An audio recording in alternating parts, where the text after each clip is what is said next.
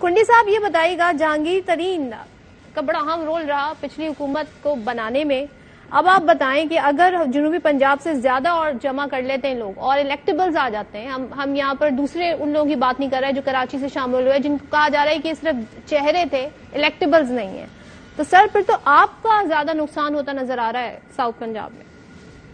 نہیں، میں نہیں سمجھتا کہ اس میں پاکستان پیپلز پارٹی کا نقصان ہوتا ہے. دیکھیں، جو میچور پولیٹیکل پارٹیز ہوتی ہیں اور جو پرانی پارٹیز ہیں ان کا ووٹ بینک ہوتا ہے.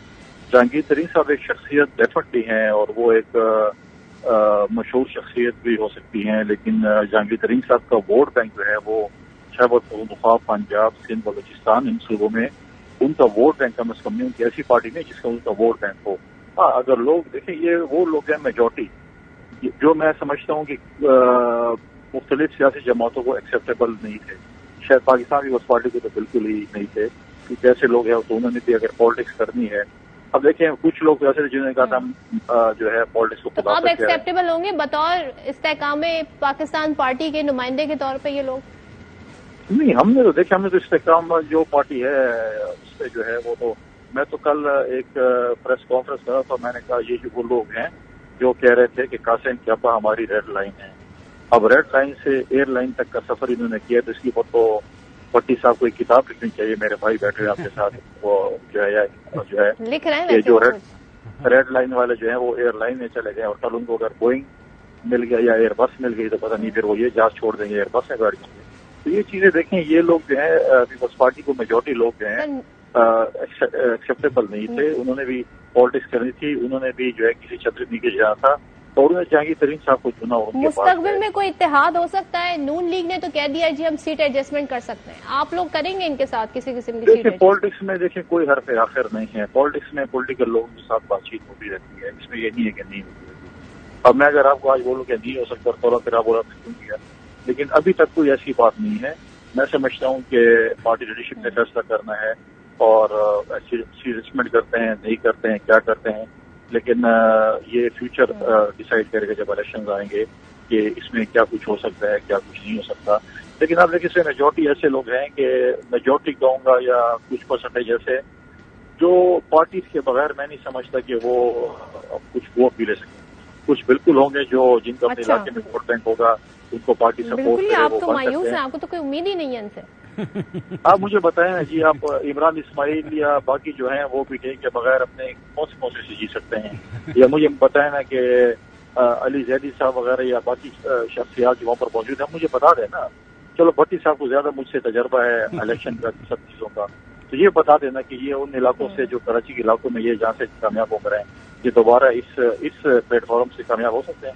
میرا ذاتی خیال ہے نہیں ہو سکتے، میں بھی ہو سکتے ہیں. صاحب ایک کمنٹ اور کر دیں، آپ لوگ پی ڈی ایم کا حصہ نہیں ہے مگر اتحادی حکومت کا حصہ ہے. باغ میں آپ نے اپنی نشست نکال لی، جو پی ٹی آئی کی نشست تھی وہ اپنے نام کر لی، بڑی کامیابی آپ کی. تو یہ جو الزام لگا رہی ہے نون لیگ، ہنا پرویز بٹ صاحبہ، عطا تارڑ صاحب، تو یہ تو آپس میں ہی آپ لوگوں میں پھوٹ پڑ گئی. آپ کا کامن دشمن کیا سائٹ پہ ہوا؟ آپ لوگ تلواریں لے کر آ گئے ایک دوسرے کے خلاف، یہ کیا پھوٹ پڑ گئی آپ لوگوں میں اتحادیوں میں؟ نہیں پھوٹ ایسی نہیں. دیکھیں، بات تو یہ ہے کہ اس الیکشن میں پاکستان پیپلز پارٹی سے الیکشن چھینا گیا ہے. آپ جو ہمارے کینڈیڈیٹ وہاں پر کامیاب ہوں، ان کے والد صاحب کئی دفعہ پہلے بھی یہاں سے جو ہے وہ ممبر منتخب ہوئے ہیں. پچھلی دفعہ تو اے ٹی ایم کو وزیر اعظم اس کے اوپر جس طریقے سے وہاں پہ جلسے کیے گئے، وہاں پہ جو چیزیں کی گئی، وہاں پہ وسائل استعمال کیے گئے، وہ بھی آپ کے سامنے کیسے ہوا. لہٰذا یہ ہم اس پہ رنر اپ تھے. اگر ہم پی ڈی ایم کے حصہ نہیں اتحادی جماعتیں اگر وہ فارمولہ بھی اپنایا جاتا تو سیکنڈ نمبر پہ پاکستان پیپلز پارٹی تھی. یہ ہمارا حق بنتا تھا کہ باقی جماعتیں ہمارے مقابلے میں کینڈیڈیٹ کھڑا نہیں کرتی. لیکن کوئی خواہ ضرورت نہیں ہے کہ ہم کہتے ہیں کہ آپ کریں. انہوں نے الیکشن لڑا، ہر کسی کا جمہوری حق ہے. اب جن لوگوں نے ہم پہ الزام لگایا ہے وہ یہ ہے کہ وہ کہہ رہے ہیں کہ دھاندلی ہوئی ہے. دیکھیں، ہمارے بوتھوں پہ 5-6 جو ہمارے جو بوتھ لگے تھے پولیس وہاں پر حملے ہوئے. ہمارے پارٹی کے جو ہے لوگ وہاں پر زخمی، پارٹی کے کارکن زخمی ہوئے. اور ہم نے دیکھیں، ہم تو ہمیشہ کہتے ہیں جمہوری طریقے سے اگر مینڈیٹ کسی اور جماعت کو ملتا تو ان کا ہم احترام کرتے ہیں. ہاں، جن کو اعتراض ہے وہ ثبوت لے کے آئیں.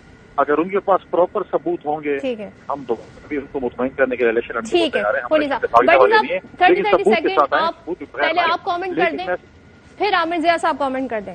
بٹی صاحب یہ بتائیں، یہ ٹریلر ہے جو باغ میں ہم نے دیکھا اور اب آپ سے نظر آ رہا ہے کہ اب کہاں پہ جو معاملات جا رہے ہیں اور پیپلز پارٹی کی آپ ایک پوزیشن مستحکم دیکھ رہے ہیں ساری صورتحال میں آنے والے الیکشن میں؟ سب سے پہلے تو وزیر غربت مٹاؤ کنڈی صاحب سے کہنا ہے آئی لو یو سر، آپ نے بالکل ٹھیک تجزیہ کیا، میں آپ سے متفق ہوں۔